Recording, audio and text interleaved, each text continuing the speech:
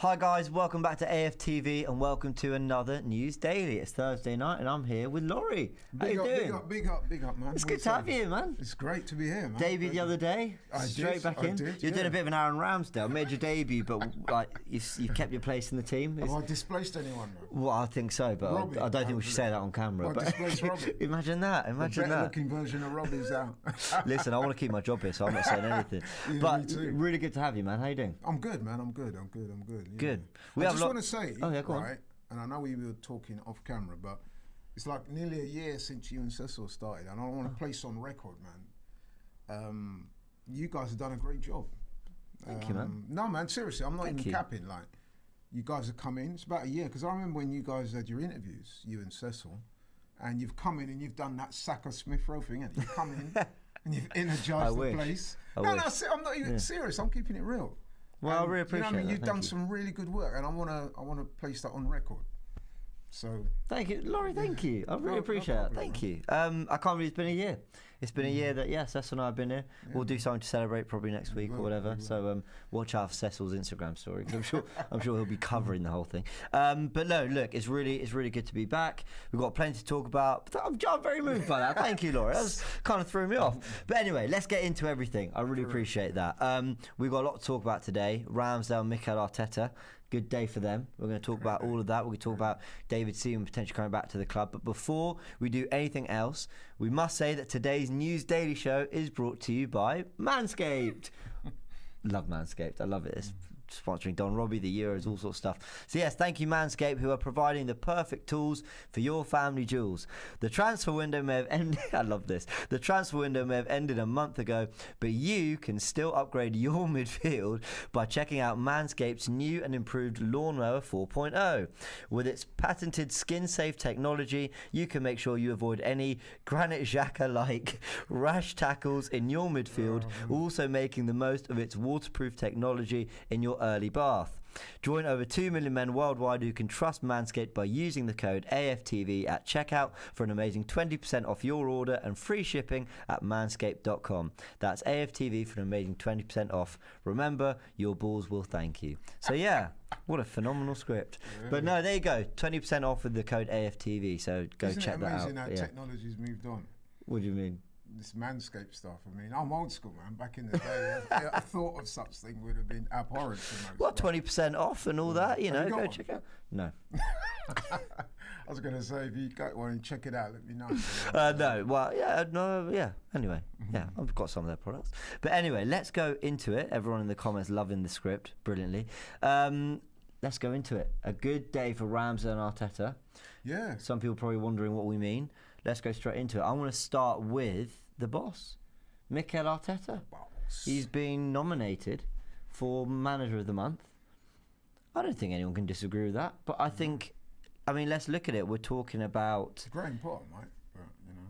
Very true, very true. Well, actually, do you know what? In a sec, I'll get the list up. But we're talking about a win against Norwich, obviously, when all the pressure was on. Going to Burnley and winning with a clean sheet. Fairly untroubled as well, that performance. So I think there's a lot of merit to that as well. And then you blow away your North London rivals in a 3-1 win. Could have been more, but, obviously we're not going to complain. He's worthy of the award, isn't he? Absolutely, yeah. Listen, and it was interesting, those games you read out there. We started with, listen, let's face it, Brentford was very disappointing. Chelsea, we got pretty much taken to the cleaners. City, spanked, let's be honest, yeah. So the club was at a very low ebb, and then you got Norwich. There was the international break, then you got Norwich. And a lot of people were saying, listen, if you don't win that Norwich game, your job could be in danger. So people could look back in retrospect and think, yeah, but it's only Norwich. But listen, man, that was potentially a difficult game for him. Yeah. He won that. It wasn't the best performance, but we won. Mm-hmm. But then people were saying, look, can he go to Burnley? You know what Burnley are like. Difficult side, physical, resilient, well-managed, well-structured. Could you handle the aerial threat? Went up there, dealt with that. I thought they played pretty well. Yeah, absolutely. Performance wasn't like, blowing everyone out of the water. But, it was a good performance. Got the win. But then people were saying, okay, yeah, Norwich and Burnley, but can you beat Tottenham in a North London derby? And I think you saw last week what happened there. Didn't just beat them, but in that first half, we played probably, I would say, probably the best football I've seen under Arteta since he arrived at the club. So listen, man. And then don't forget, in between that, there was the West Brom game where we spanked them. So it's all good, man. AFC Wimbledon, yeah. Sorry, So you had the two Carabao Cup games, which he performed well in. So yeah, why not? Listen, I agree. Let's go through the options. You've got Mikel Arteta, Pep Guardiola, Jurgen Klopp, Graham Potter, and Dean Smith. Now, as far from my memory, only Arteta's won 3 out of 3. I don't think Dean Smith and Villa have. I might be wrong, but let me know in the comments. But we know that Guardiola obviously dropped points at home Southampton, Klopp away at Brentford, Graham Potter. Listen, I'm not criticising Graham Potter. He's did an amazing job with Brighton. But it's not just about how many games you win and points you pick up. I know there's more to it. But I think Arteta deserves a lot of credit. And I know on this channel and amongst the Arsenal fan base, rightly so, by the way, Arteta's been heavily scrutinised because we're nearly 2 years into his reign. A lot of people are asking the big question, what's changed? I think in the last 3 games, Arsenal fans, perhaps it's not just the performance and the wins, it's that it feels like it's coming with the sea of change. A new goalkeeper, a very new back four, new midfield partnerships forming, youngsters that we're excited by. Central defensive partnership forming as well. Absolutely. And I think that's part of the reason why we're getting excited and why Arsenal fans feel like, you know what, maybe this is a bit of a tide turning. I've seen moments at Arsenal where it felt like a tide was turning, but really it was the same players just going in and out of form. This feels a little bit different. We don't really know what Tomiyasu's ceiling is. We also don't know what the worst of Tomiyasu looks like. And you could say the same about Ben White, you could say about Lokonga, you could say that about Ramsdale. So I think that's where it definitely feels like the tide's turning. 3 wins on the bounce, and Mikel Arteta, I think, is deserving of this award personally. And obviously, people might mention Brighton, but the Brighton game is obviously October, so it won't count in this. I mean, I guess the thing I want to ask is, and you've always been very good for this. I know that you've had your doubts over Arteta. I still do. Yeah, absolutely. And we've debated that a lot in the office. I mean, if there were cameras on all the time, some of the debates you'd see.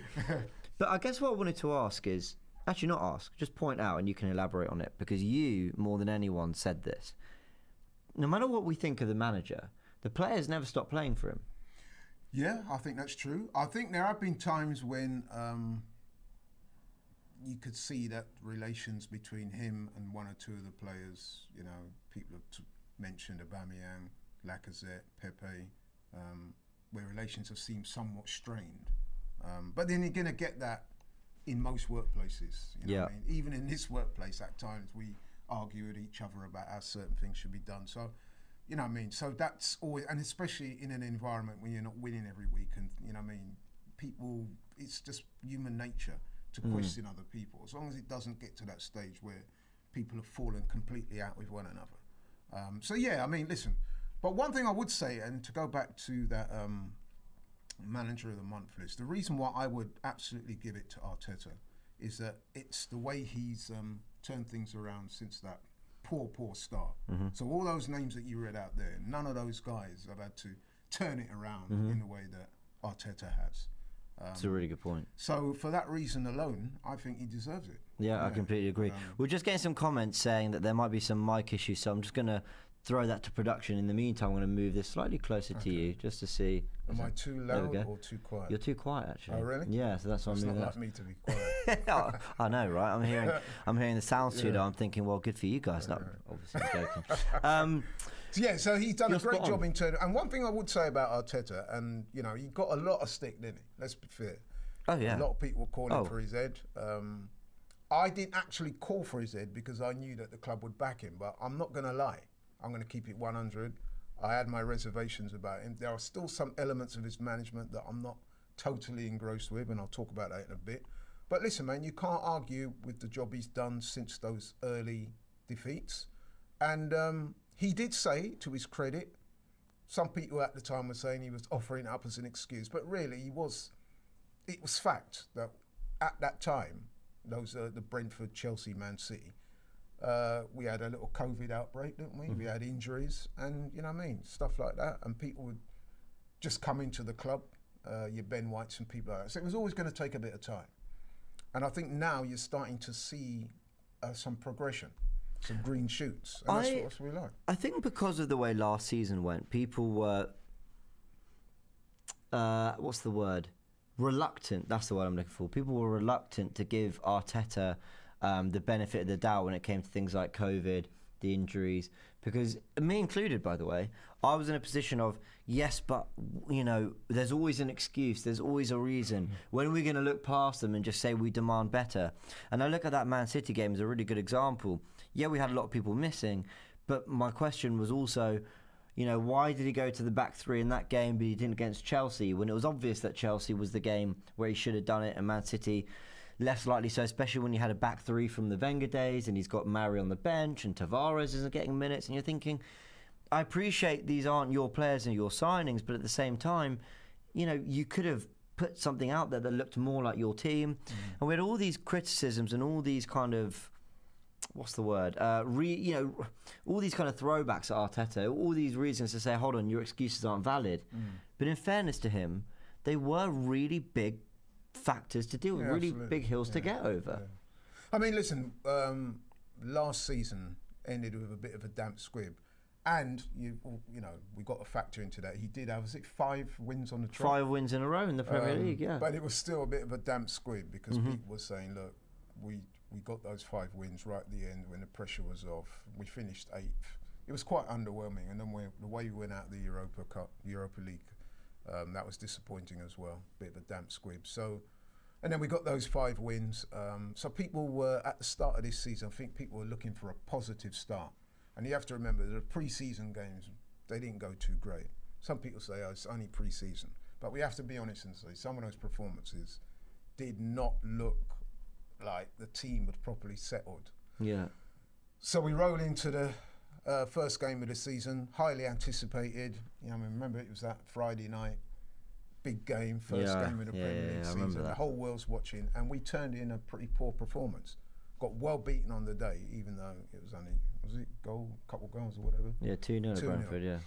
But we didn't play well at all. We were well beaten, let's be honest. And then get the Chelsea game, same thing, well beaten. And then we got absolutely spanked by City. So that's what I'm saying. So, and at that time, the morale was very low.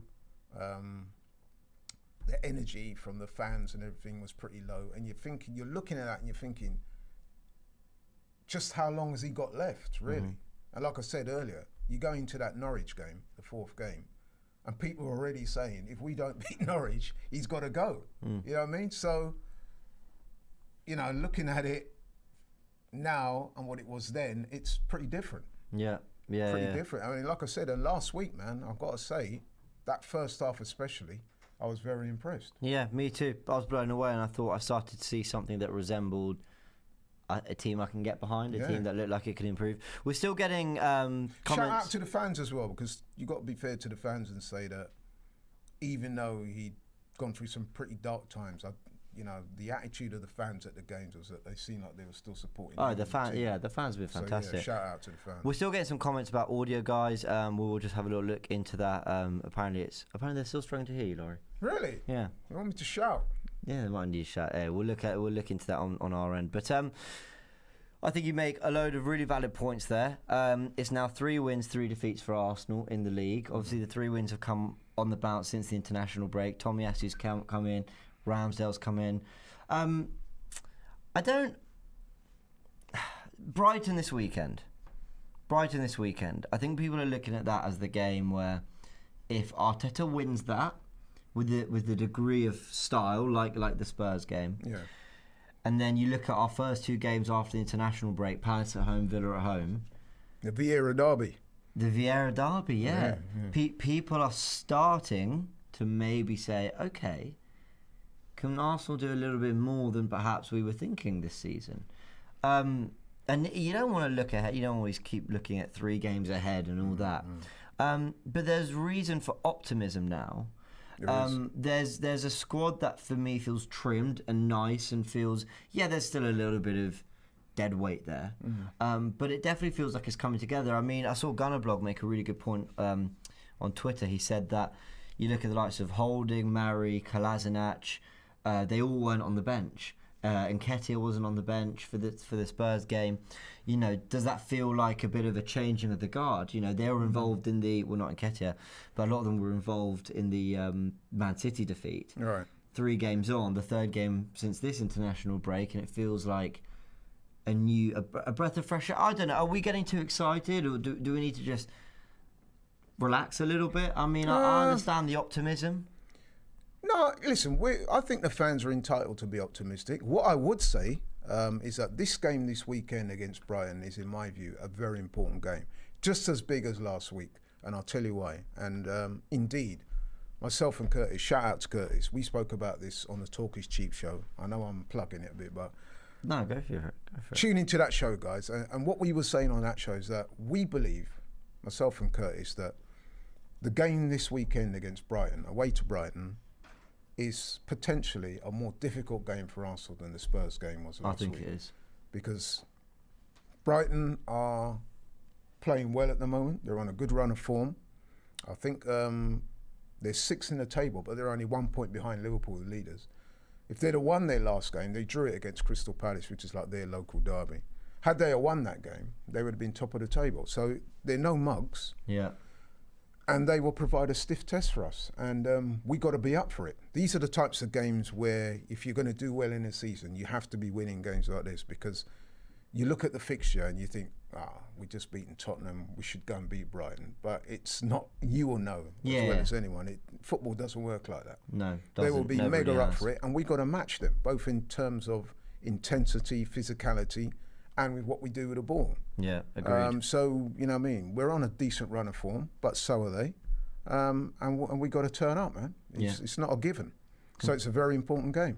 Completely agree. We've got a comment here from DMC. Harper says, "Hi James and Laurie and all Gooners. If Arteta wins against Brighton, 6th or higher is on the cards."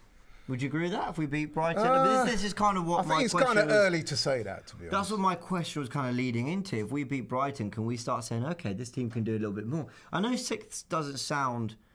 It sounds underwhelming for what Arsenal fans are used to. I mean, you look a couple of years ago, we were saying that Wenger was failing for only getting 4th. Yeah. I think football's changed since then. But when you look at what people were thinking of this Arsenal team, we look at where we thought we were. If we can get 5th or 6th, but we are pushing on top 4, we're knocking on that door, we're making it awkward for maybe United or Chelsea or someone. I think you can say that's significant progression on last year. Oh yeah, listen, if we get a 6th place finish, I know to some people this may sound that our expectations are low. Given the fact that we've had 2 8th place finishes in the last 2 years, if we can get a 6th place finish and maybe a decent cup run, or maybe even win one of the cups. I mean, personally, I don't know about you, but I'd like to see us take the Carabao Cup seriously. Oh, I would and too. make a real Any run and year win I it. do, yeah. You know what I mean? I know some people have sort of scoffed at that, but listen, man, we are where we are. No, I completely agree. I think the top 4 places kind of take care of themselves a little bit, but we are definitely, I would say, in the running for a top 6 place. Well, I would think so.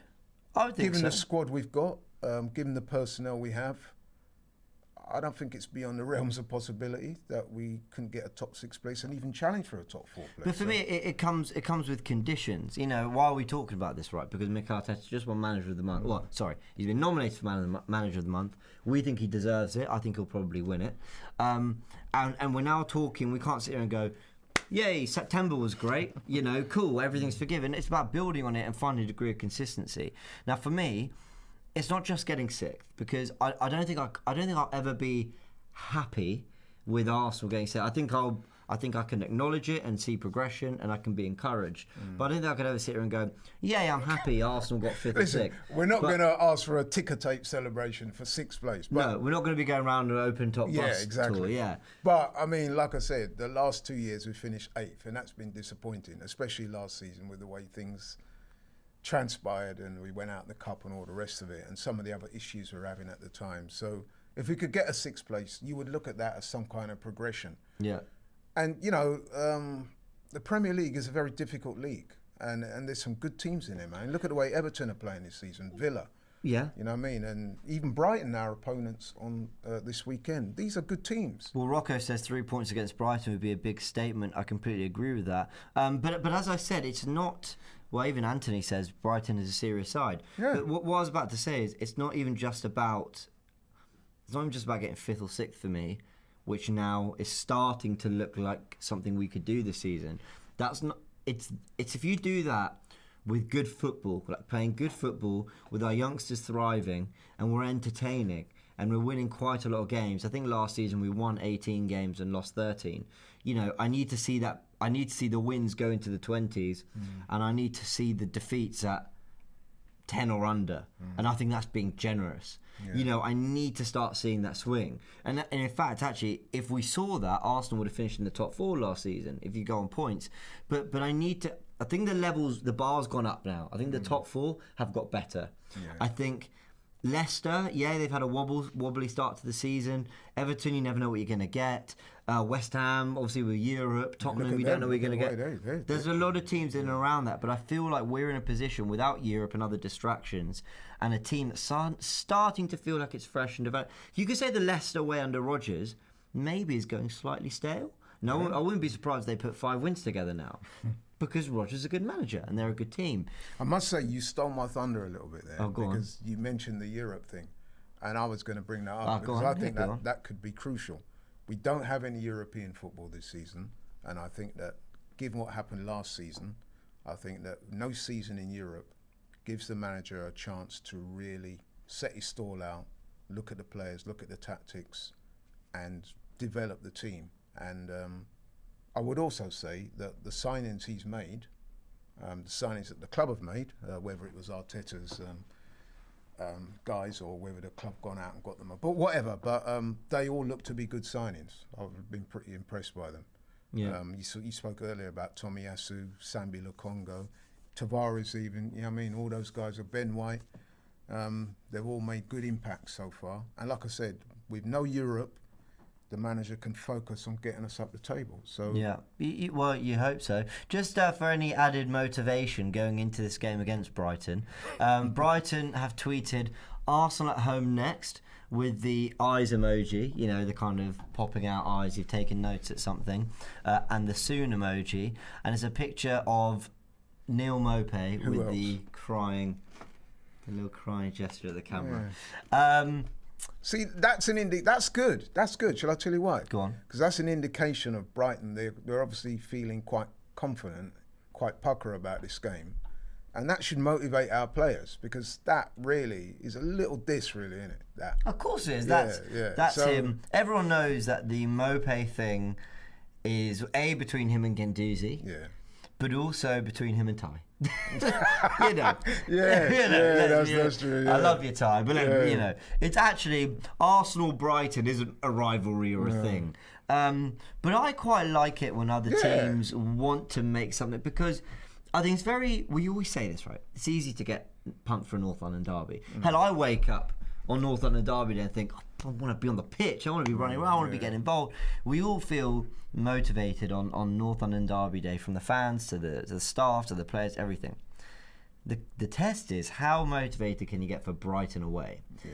Now, if I'm Thomas Partey and I've seen that, listen, I think it's a bit of banter. You laugh at it. I have nothing against Maupay, but you know, you saw him having words with Zaha, after the Palace, and I think you're thinking, these guys are getting a bit above their station. Let's try and flex our muscles a bit now. And I'll be really disappointed if Arsenal don't. I'll be really disappointed if Arsenal don't go there and turn it on. Listen, that's another reason for the team to be majorly up for this game. Because like, in years gone by, you play teams like Brighton and you're Arsenal, and you kind of got that big club image, and you walk into town and, you know what I mean? I'm not saying that the teams would roll over, but they have that type of respect for you. Mm-hmm. I think what we're seeing there with Brighton is that they're welcoming the challenge. They're sticking their chests out and they're saying, listen, man, we're not afraid of you guys. You know what I mean? Yeah. Bring it on. That's basically what I took from that. Yeah. So Arsenal, as a big club with big players and a manager that's looking to make his name in the game, you got to accept that challenge, man. You got to stroll into town with your chest stuck out and say, yeah, come, let's go. You know what I mean? That's what I took from that. So that makes the game even more watchable. So bit of PR from Brighton there. They've been a bit clever. But at the same time, we got to go in there, man, and match that energy. And on the day, put in a performance worthy of the name. And I think they will. I hope so. I think you might be right. This is, we've got a couple of comments from Gerardo. Says, big up Laurie and James. I think it's doable. Nothing is straightforward in football. Saying this, Arsenal have one of the easiest runs over the next 8 games. Arteta's big bang. I thought they said there are no easy games in the Premier League. Well, there you go. It depends on the narrative. It does. But I think Gerardo makes a good point, actually. I felt... when people were looking at the 10 games, everyone's saying, oh, it's a really tough first 10 games. I said, well, it's a really tough first 3 games. But actually, I expect us to beat Norwich. I always think we can go do something at Burnley, even though it's always a tough place to go. Tottenham at home, we more often than not win that. And then Brighton away next. And obviously no one knew Brighton would be in this form. But really it was favourable. And then as we said, we've got Palace and Villa at home, and I can't remember, we've got away after that. So... It's a funny situation because if Arteta's big bang is going to happen, as he says here, Arteta's big bang could be in the works. It's got to happen now.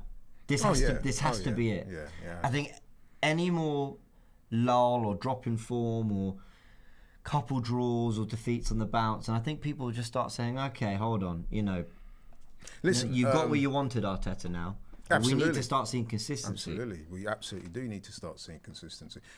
Curtis, shout out to my boy Curtis on the Talk is Cheap show. He made a very good point, and it was this, simply that if we go to Brighton and lose and play badly, then that Tottenham game where we performed so well, and let's be honest, man, we absolutely stuffed Tottenham in that first half.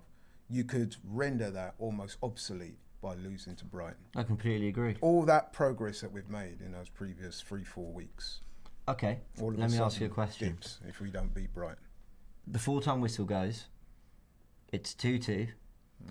Arsenal have played really well, but they've just conceded some stupid goals. How are you feeling? Well, not first and goals, foremost, probably game. disappointment, but it would probably depend on how the game went.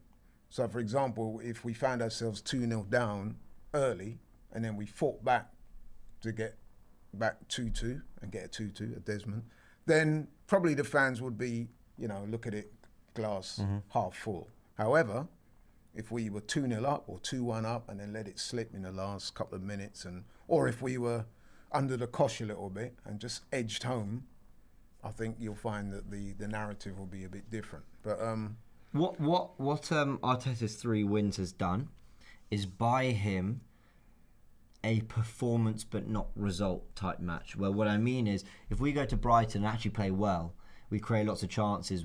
I liken it to the Burnley game last year, where we played well, but we drew 1-1 because of a Xhaka mistake. But we played well. We should have had a penalty. We had chances, and ultimately people came away from it thinking, but if you don't take your chances and the ref doesn't give the penalty, then what more can Arteta do? And I kind of think if we have that kind of performance at Brighton with the result being a draw or whatever, I think people will come out and they go, okay, we've still got some way to go, but I still see a continuation of the progress that I thought I was seeing. Yeah. But listen, but Arsenal, don't take that as weakness from us, because Brighton is a game you should be going and winning and coming back, saying thank you for the 3 points. We're on 12 now, 4 wins, 3 defeats. We've turned the corner a bit. Yeah. Go enjoy your international break, Gooners. That's what it should be. Absolutely. I think, listen, you can have what they call good draws and bad draws. Yeah. Personally, I think we're going to win the game. I'm reasonably optimistic. Where's some wood so I can touch it? That's cardboard. That counts. You're up there, man. There we go. Oh, very good. Very good. Listen, I personally think we're going to win the game. There we go. Boom. I personally think we're going to win the game, but I'm not under any illusions. This is going to be a tough game.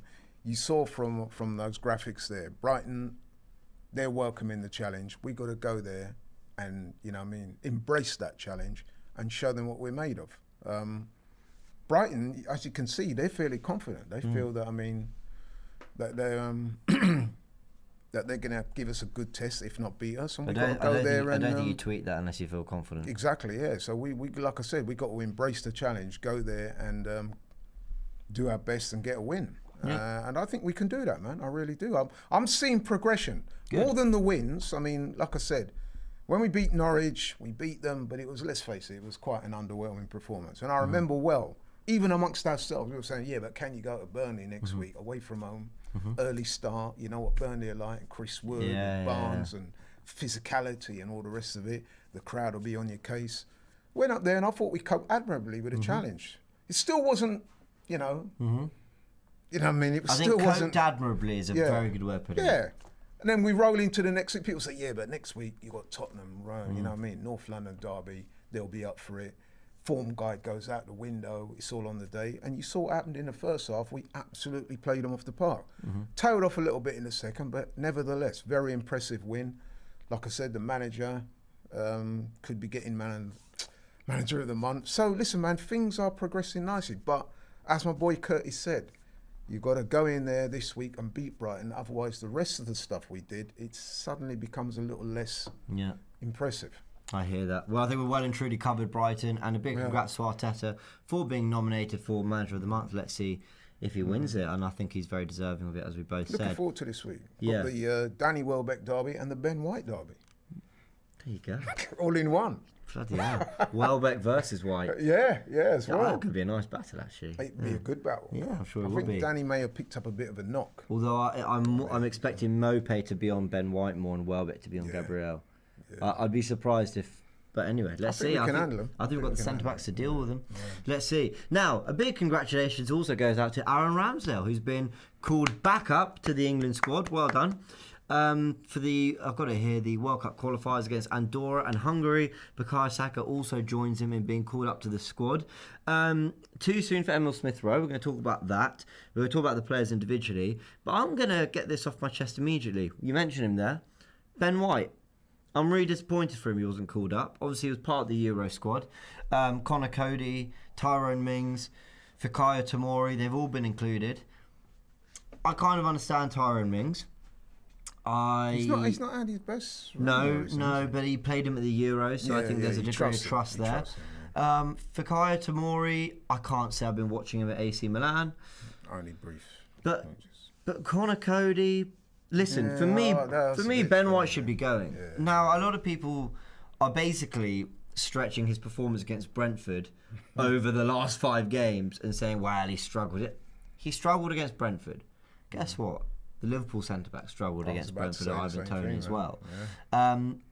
He's come in. He's got his new partner, Gabriel, now. He got over COVID. He's a bit more settled with his goalkeeper as well, Ramsdale, and the right people, the right players around him. And I thought he was very good in the North London derby. I thought he was good against Norwich, about the same level against Burnley, but a very different test. We saw a different side to him. And I thought he was very good against Spurs. Should have given away a penalty. Yes, it was a penalty on Harry Kane. That was poor. That was poor judgment, but hopefully he'll learn from that. But otherwise, I thought he was fantastic. And I'm really disappointed for him. He's not been included. But that's my only moan. And I think... Southgate over the years has talked a good game about you need to be playing to be involved, and I don't know. I've just got a question about something. You know, if you're talking about playing to be involved, then shouldn't we really be seeing Smith-Rowe there? But I agree, it probably is too soon. So listen, I don't get that. I don't get that emotionally invested in the England squad. I'll be honest, especially for games against Andorra and Hungary. But if I'm being fair to our boys, I think Ben White should be there. Yeah, listen, man, I would agree with you on that.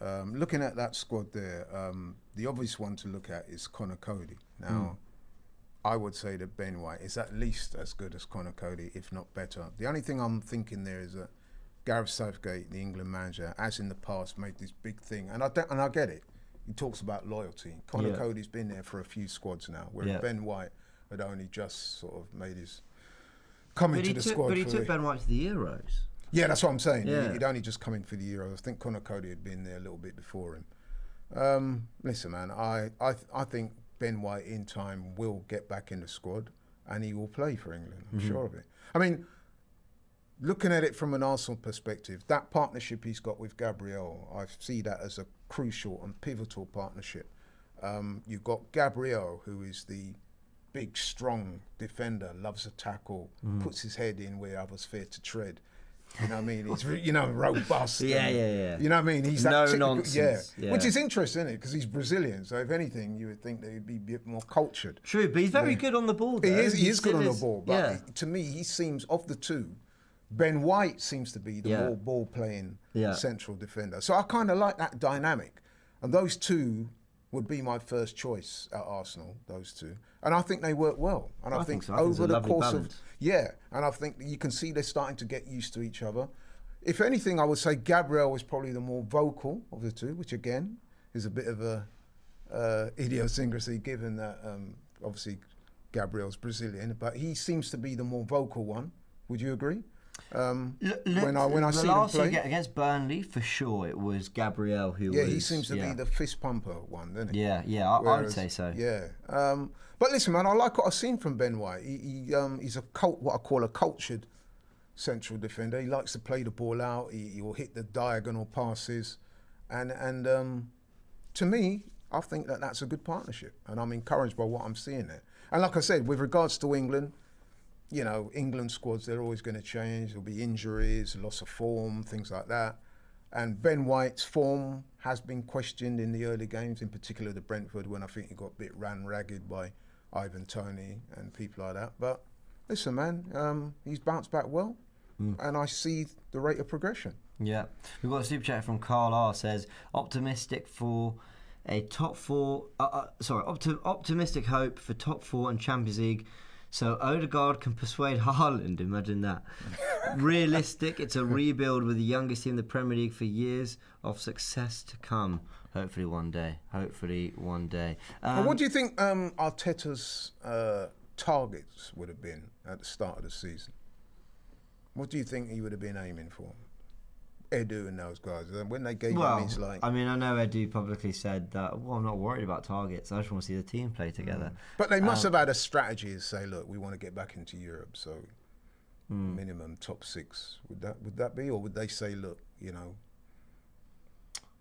I think they would have said to him, top 6, good football, development of our young players, rejuvenating the squad once more, and looking like a side that next year can start to knock on the door of that big 4 in the league.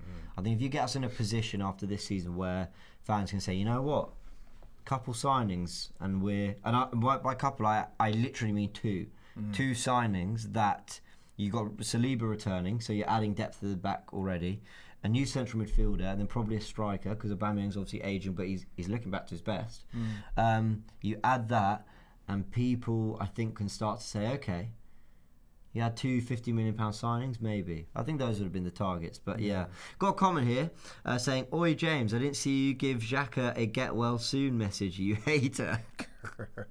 I've given him plenty of get well soon messages, so obviously wishing him all the best as well. So don't you worry, I've more than sent my best wishes to Xhaka. But it is a shame. You know, I know absolutely, man. Listen, I get a bit of stick. Yeah. Because I was on the Daily News show the other day with Cecil, and I got accused of capping for Xhaka.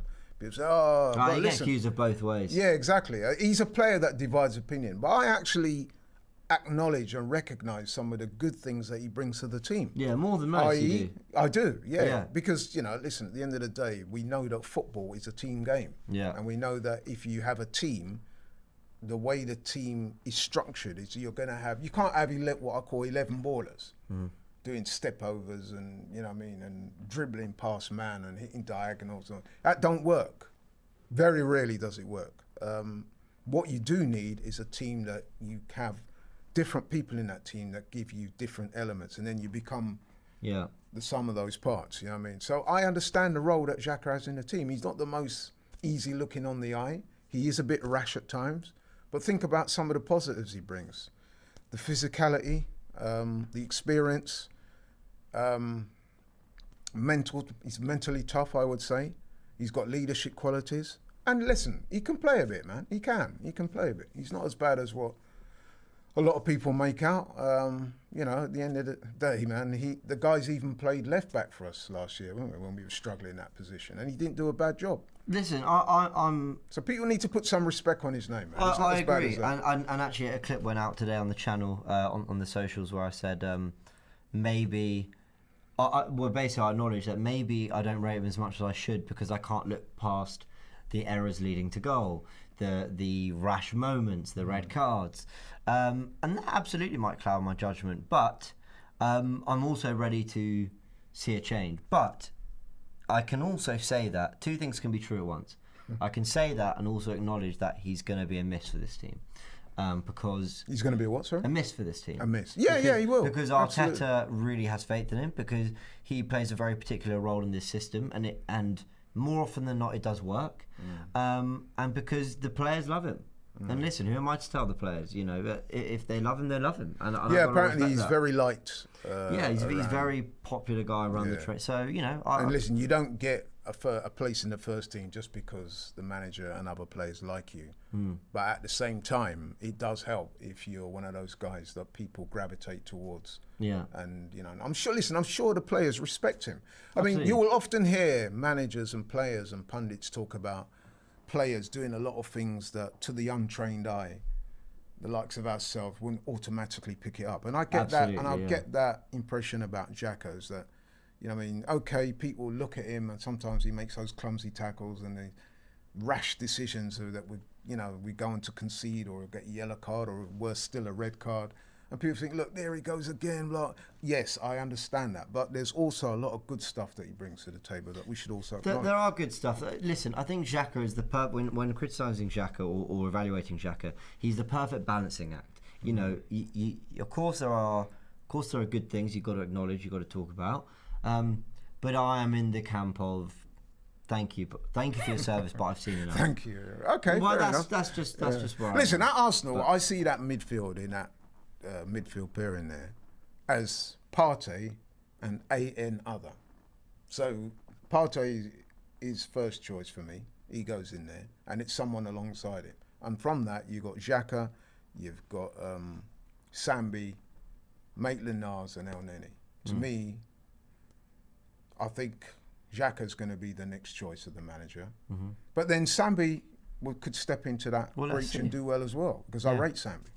But he's been brought for the future, hasn't he? Yeah, he has. Well, look, anyway, I don't think we can go a day without talking about Granit Xhaka. That's just the nature Like I said, he polarises fans. He does. That's the nature of Arsenal Football Club. And I think a lot of players are at the moment. That's the reality, although there are ones that we're putting more hope in and we're excited for. We've gone off topic a little bit, but let's give Aaron Ramsdale his flowers. Let's talk about Aaron and really Ramsdale, big him up, because he's made the England squad. So is Bukayo Saka. Bukayo, we love you. You're our star boy, but we're not going to talk about you today because you've been getting into the squad. You killed it at the Euros. You're fantastic. Let's focus on Aaron Ramsdale today, because he's come in 3 games, 1 goal conceded. He's been fantastic. Yes. A great save to keep Spurs out in what could have been a really nervy end. What a save! Brilliant. And he, how do I put it? He's like almost captured so quickly what we've wanted so many Arsenal players to have, and I know a lot of them do. And I know sometimes it's just passion merchant and all that, but I think Ramsdale is really kind of invigorating. Invigorating the I was crowd. Going to say, and, you know, off the rip, off the rip, he has epitomised this progression that we're seeing. Yeah, he Don't has. you think? Him more than anyone else. He's embodied that energy, that kind of that swag he's got. I like, you know what I mean? Even when he's on the ball. Remember in the game where he pulled the striker was trying to press him, and he just done that little thing where he pulled the ball. Yeah, was it Burnley? Well, Norwich, no, he did against Norwich as well. Yeah, and the crowd loved it. Yeah. The fist pumping he's done after a good save and that, the way he talks to the players and stuff. He's certainly made an impact, man, and it's been very positive. Yeah, I think so. We've seen very early on different sides of his goalkeeping. I think against Norwich, what stood out for me was the distribution. Some of the balls, some between the lines, the way he kind of commanded his area from a distance, let's say. Against Burnley, it was commanding his area physically. Yeah. Balls into the box, claiming them, dealing with them, making it easy, kind of relieving the pressure on his defenders. And then against Spurs, for a lot of the game, he didn't have a lot to do. But at the end, coming out with some big saves, he denied Kane. That was a good save. He should make that save. But then a really good one at the end. Yeah. And it's the way that he kind of fueled the atmosphere as well. Exactly. With, apparently he was talking to the ball boys and, he's kind of turning to the crowd and smiling at them and getting them going. We've seen a lot to his game very, very early on, and I've been really, really impressed. I have. Got a super chat here. And if you remember as well, I have to say this, when we signed him, you will know what I'm talking about. There was a degree of an undercurrent of negativity. I think there's a lot of well, negativity. yeah. So for him to overcome that and to win over the fans in such a short space of time, credit to him, man. I like him. And listen, I like Leno as well, but I think Leno kind of effed things up with his attitude back in the summer when he was talking about possibly moving on and stuff like that. Okay. Wasn't a very good thing to. Wasn't a very smart. Do you know, I always heard about that, but I never saw the quotes myself. Yeah, he was kind of hinting, dropping those little hints that, you know, if we don't win things and we don't there were qualify for the Champions League, he might move. And that's not the kind of thing that certainly the fans want to see or hear, especially when we start the season, we're struggling a little bit. Yeah, exactly. But Ramsdale coming in, I have to say, man, he's been like a breath of fresh air. And I'm not saying that to denigrate Leno, who I do rate as a keeper. And listen, I couldn't say off the back of 4 or 5 games that Ramsdale is a better keeper than Leno. I'm not going to say that. Well, what I am going to say is that he's come in, he's been given an opportunity, and he's grabbed it with both hands. Agree. Super chat from Oscar says Ramsdale makes the rest of the squad much better. I know what you mean. When you've got a goalkeeper you trust, your defence, your midfield, your attack could just take a couple steps forward because they trust what's going on back there. They trust the goalkeeper to run things, communicate, sweep up if needs be. It allows you to not slack on set pieces, but maybe pick up other areas because you know your goalkeeper's going to dominate when he can, or where he can even. So he does have an impact on what goes on going forward as well, and his distribution from the back's important. I mean, you look at that pass into Xhaka. Xhaka, credit to him, saved it. But it's the bravery to play that pass, play it on the right side of Xhaka so he could turn out, and then the attack starts. And that's right. Yeah, we were fantastic. Another super chat here from He's Oscar. good on the floor as well in general, isn't he? Like I just spoke earlier about the drag back with the striker that was trying to close him down. Yeah. And you looked at him, but he performed that skill with aplomb. Yeah, he really did. And I don't know if you know, but apparently he was quite an accomplished midfielder back in the day before he became a goalkeeper. And you can see that with the way he plays the ball out. Yeah, no, you definitely can. Oscar with another super chat says, listen, I consider myself a realist, but we are building a squad here. Get an experienced world-class player in and a young star, we would compete. Well, you know what? That's not a million miles from the truth, man. Come January, if we can get that, then you never know, man. If we can keep up this... Listen, we're not going to win every week. We all know that. Yes, we are going to play more difficult sides than the likes of the teams we played so far. But I do like the fact that, like I keep using the word progression, confidence is another word. At the game at the weekend, you could see the confidence come back. Look at Aubameyang. Yeah. Look at that touch for that second goal. That second goal, by the way, probably goal of the month next month. Well, apparently it's been nominated for that as well. So yeah, man, hands down. So listen, man, and like I said, Ramsdale has been a big part of that. He's kind of epitomised that turnaround in form. So yeah, fair play to him, man. No, absolutely. Things are turning around. Let's just a quick word to round off the discussion about the England international team. Emil Smith-Rowe, I touched on him.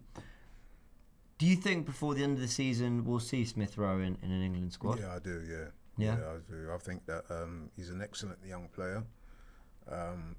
He's got the skills, he has the work rate, the energy. Obviously, he's a very young guy, so he's going to be full of running. Mm-hmm. He's got the commitment, he's got the right attitude.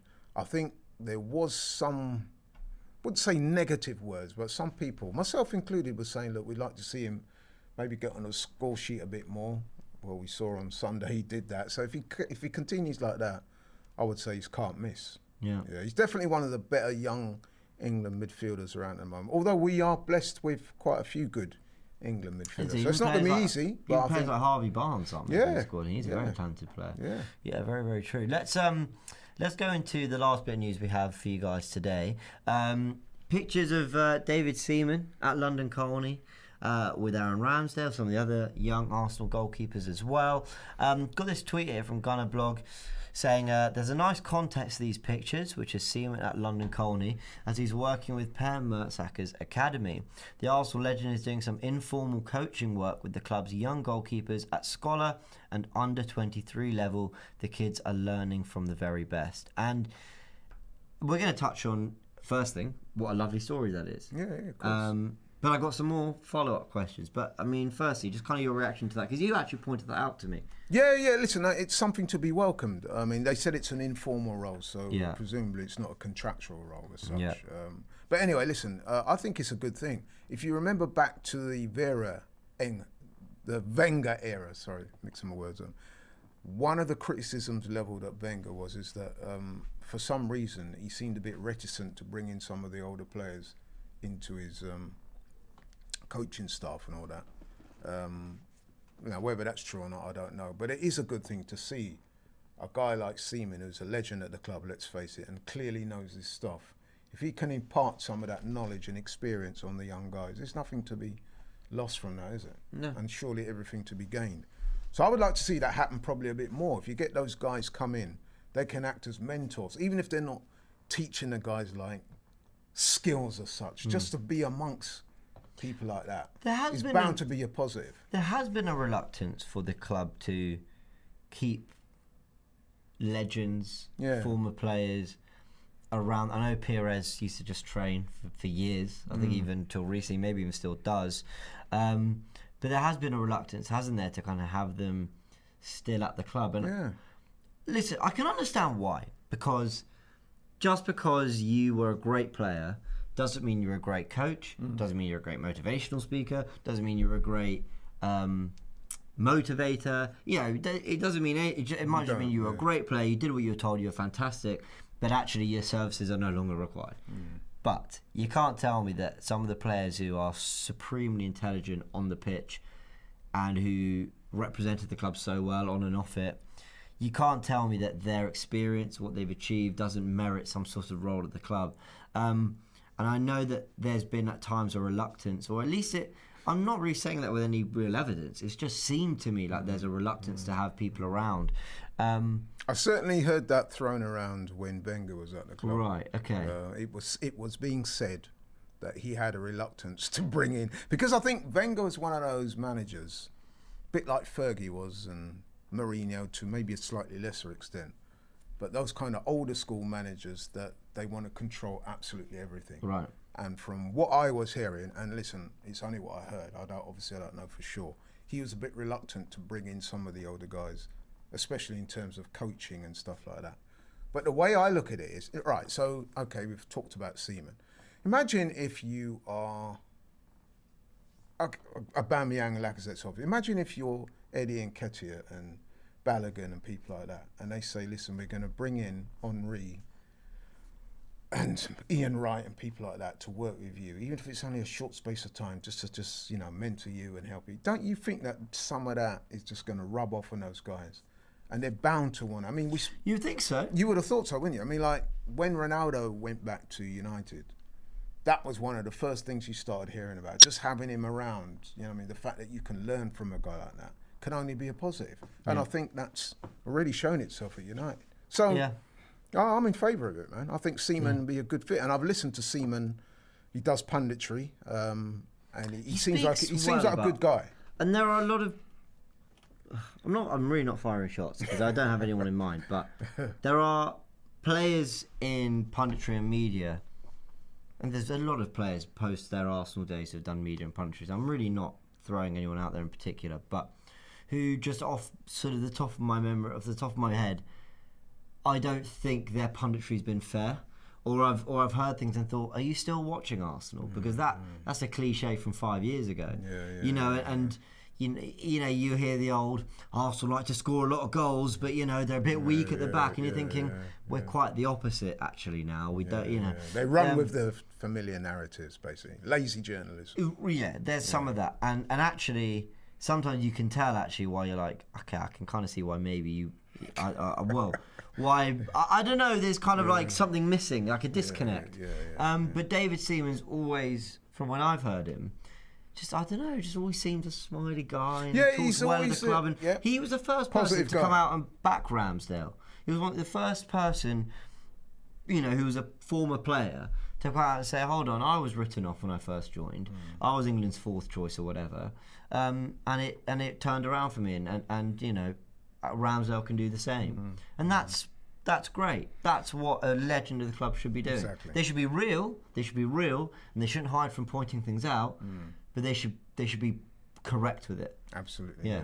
And like you said, he looks like a good guy, a positive guy. He's always laughing. He's always got a smile on his face. But I'm sure if there are technical deficiencies in Ramsdale's game, someone like Seaman will be able to spot those and say, actually, you need to position your feet here when coming for the ball. You know what I mean? Little things like that. He can impart those little bits of knowledge that over time will prove crucial. So I think it's a great thing, man. Yeah, I think they should do it more. I'm surprised they haven't been doing this type of stuff already. Yeah, I completely agree. Because listen, when you think of the vast wealth of players that have played for the club, if you can get, and the players would be receptive to that, wouldn't they? I'm sure Seaman loves that. You know, I mean, to be able to come back and give back to the club in that way. I'm sure he loves it, which is probably why he's got that informal role. They're probably not even paying him a lot of money. But he's probably said, yeah, man, I'll help out. You know what I mean? And why not? Proper gooner. Yeah, absolutely. Well, look, Laurie, thank you so much for joining me, mate. Yeah, man, I've really enjoyed it, bro. That's all the news for today. And as always, big up to Manscaped, who have sponsored today's new show. Don't forget, Manscaped provide the perfect tools for your family jewels. Look after your balls. I do love this this transcript here. The transfer window may have ended a month ago, but you can still upgrade your midfield by checking out Manscaped's new and improved Lawnmower 4.0. With its patented skin-safe technology, you can make sure you avoid any, and I love this bit, Granit Xhaka-like rash tackles in your midfield, also making the most of its waterproof technology in your early bath. Wow. Get it? Listen, whoever wrote that, I'll tell you what, it's very good. Join over 2 million men worldwide who trust Manscaped by using the code AFTV at checkout for an amazing 20% off your order and free shipping at manscaped.com. Remember, your balls will thank you. That's AFTV for 20% off. So thank you very much to Manscaped for sponsoring this show. And thank you guys for joining. This has been AFTV News Daily, me and Laurie on a Thursday night. Go and check out Talk is Cheap. That's out now. It is out now. It's out now. Check it out. Go Myself check it and out. Curtis chopping it up. Love it. Do you know what? I've been meaning to catch Curtis just to say such a well done on his stream for the Wimbledon. Oh game. That was legendary. That will go down the Hall of Fame of YouTube watch. Some of the anecdotes he was talking about and the stories and the. But you know what got me was when he's watching what he's watching on a screen. Dots and stats, and he's going, we're not even playing well against Wimbledon. And I'm thinking, this is phenomenal. He killed it. Anyway, thank you so much for watching, guys. As always, we'll be back tomorrow night. I believe we'll be Robbie with a guest as well. And we've got loads of really special content coming out ahead of the Brighton game. It's a little surprise, won't say anything yet. But a lot of really special, unique content coming out ahead of this game. Hopefully we get the win to come with it as well. Thank you, Laurie. Respect, bro. See you guys tomorrow night. Whenever I see you, come back to AFTV soon. See you then.